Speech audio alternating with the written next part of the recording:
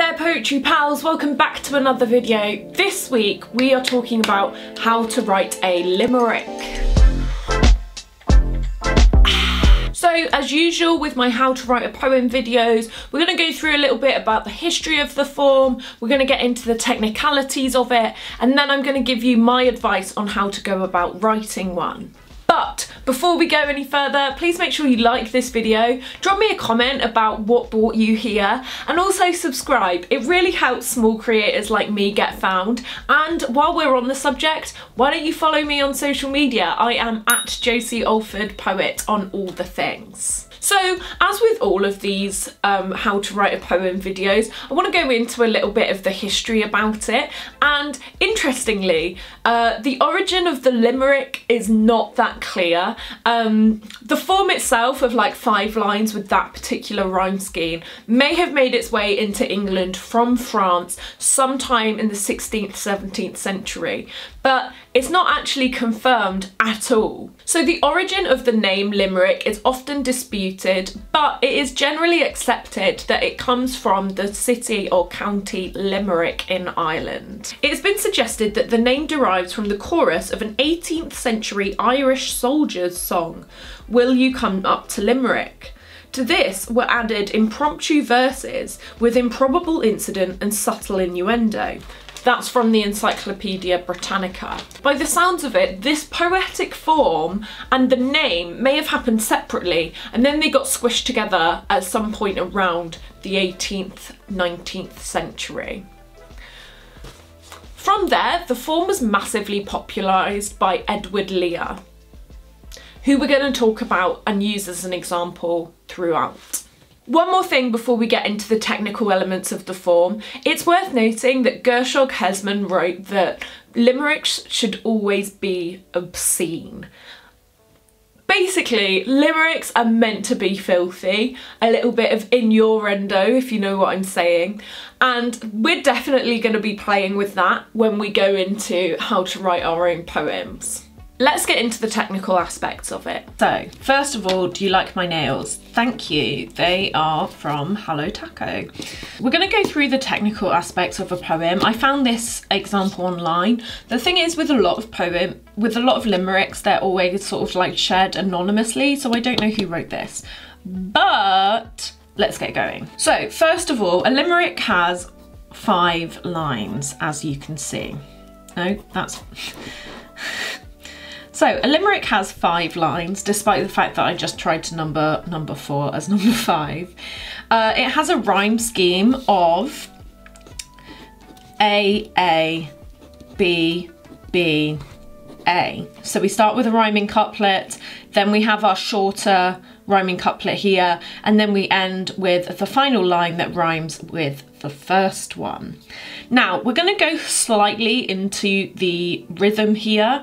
I know that I've promised to make a video about meter and rhythm, and that is coming because I finally found my book with all the stuff on it again. But for now, we're just going to go through this. And I think the rhythm of a limerick is really interesting because it's less about the actual like metric feet that are in there, but more to do with how many stressed syllables there were.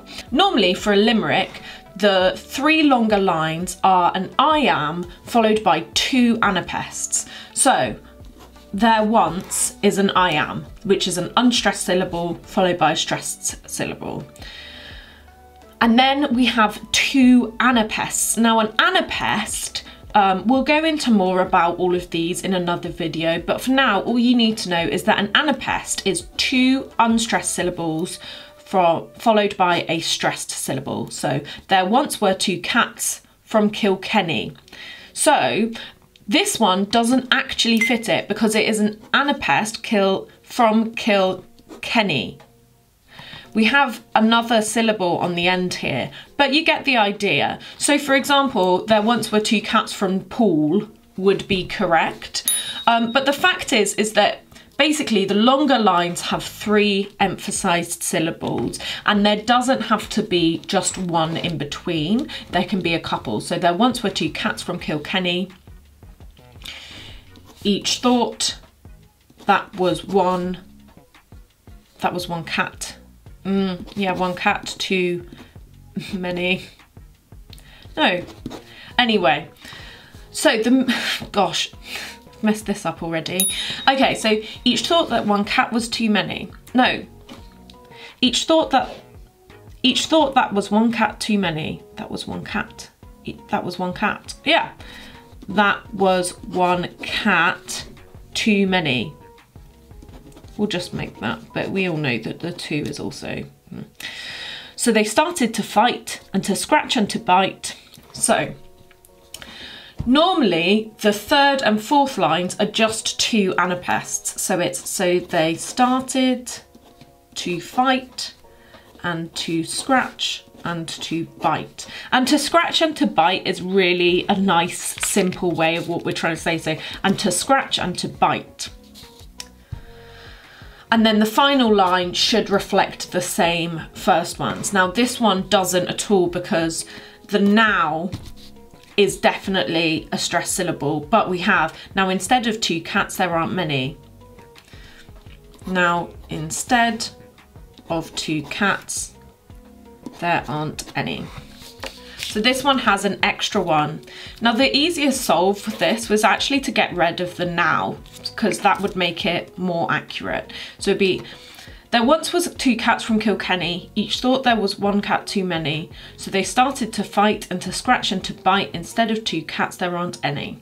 So you can see how that does make it better fit, but actually the whole point of a limerick is more to have the content. So with the rhythm, as long as you have that sort of sing-songy, up and down sort of thing, then it works. You definitely want to be using anapaests rather than iambs, because you only want to have 2 or 3 emphasised syllables per line. So the majority of limericks start their first line with a location, in this case Kilkenny,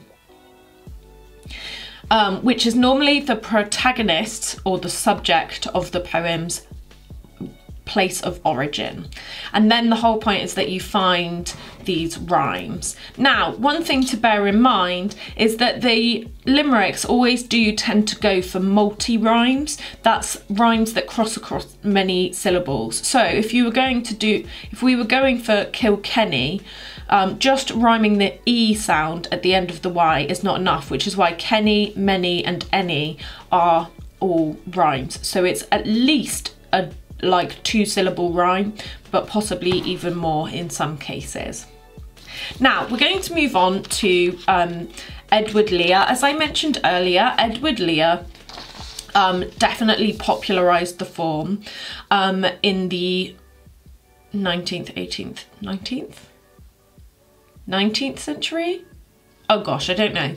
But one of the things that was typical of an Edward Lear poem, or at least in some of them, was he would do the location would be the rhyme of the first line, and then he would also do the location at the end of the last line as well. So this one goes, there was an old person of Dover who rushed through a field of blue clover, but some very large bees stung his nose and his knees, so he very soon went back to Dover. See, the last lines of a lot of Lear's limericks are not as satisfying as they want to be, and this is another example of that. So, however, modern limericks prefer to bring in a new rhyme at the end, like this one. We're not rhyming Kilkenny with Kilkenny.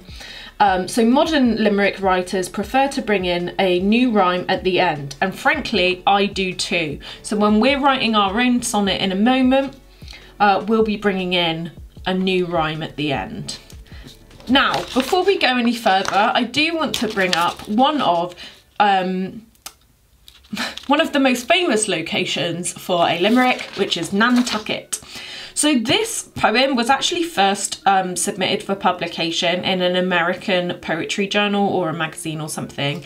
And this was the version that it was originally thing. Now, after this, more and more very rude ones came in for Nantucket. I'm sure you can think of some rude rhymes that rhyme with Nantucket, but this one doesn't. And the reason I wanted to share this is, even though it looks like we're repeating the same location on the first and last line, in this case it's actually a pun on the final line. So let's give it a read.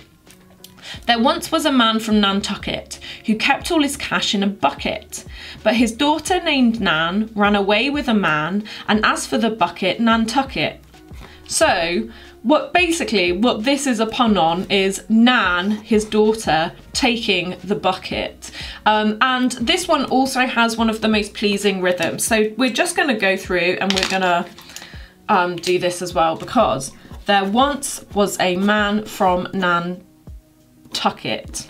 So again, we've got this extra little syllable on the end there, but I'm not bothered by it. Who kept all his cash in a bucket.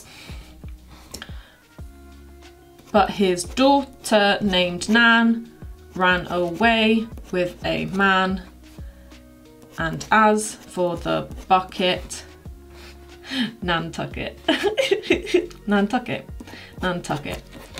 Lovely. That one has a very pleasing rhythm, so yes.